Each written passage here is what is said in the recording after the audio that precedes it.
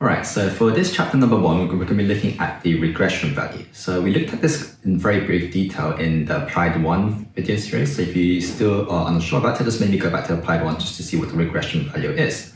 But we're now going to be looking at it in more detail, and we're going to be looking at something called the product moment correlation coefficient, or known as PMCC. And this value is an R value which tells us how correlated two values are, basically whether they have a linear relationship. Linear relationships just mean that if one increases, then another one increases or decreases by the same amount. And so this R value actually has a value between -1 and 1, where if it's 1, then it means it's a positive correlation, meaning that as one increases, the other increases. If it's -1, it means it's a negative correlation, which means that as one increases, the other one would decrease. So you can see this kind of graph here. As you can see here, this would be a positive correlation, but as you can see, as X increases, the Y would also increase as well. Whereas this one is negative, but as X increases, the Y would decrease like so. So it's called a negative correlation. Now, obviously, even though they're correlated, there are certain values of correlation, how correlated they are. Okay, so you can see here, if it's -1, we call it a strong negative correlation, because if you were to draw a straight line, all the points are on that line, right? Same thing with R is 1, it's a strong positive, but if you draw a straight line, all the points are going to be on that line.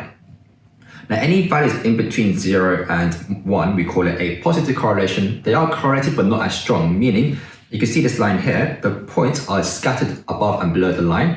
And so in general, we can say as X increases, Y would also increase, but it's not as strong as when it's R is 1. Same thing for when it's like a negative value like this. Now, if R is 0, it means that there's no correlation, meaning we don't understand we don't know if, well, we know that if X increases, we don't know how Y would change. So we need to now work out how to find this value using a calculator. So if you guys have a scientific calculator, a Casio one, then I've written out the steps for you to find this actual R value. So you want to go to menu, statistics, we're going to go to Y is A plus BX, and then you're going to plug in your X and Y values at this stage, okay? So you'll be given a table and some values X and Y, and you have to plug it in at this stage. We next press AC, not delete, and then we want to go to the options value, and then the regression calc, and if you see that, you'll see a value, you'll see like the A value, the B value, and then you'll see an R value. So the value we're trying to look for is this R value here, which tells us how correlated the values or the two data are. Okay, so let's look at this example here. So in a training scheme for young people, the average time taken for each age group to reach a certain level of proficiency was measured. The table below shows the data.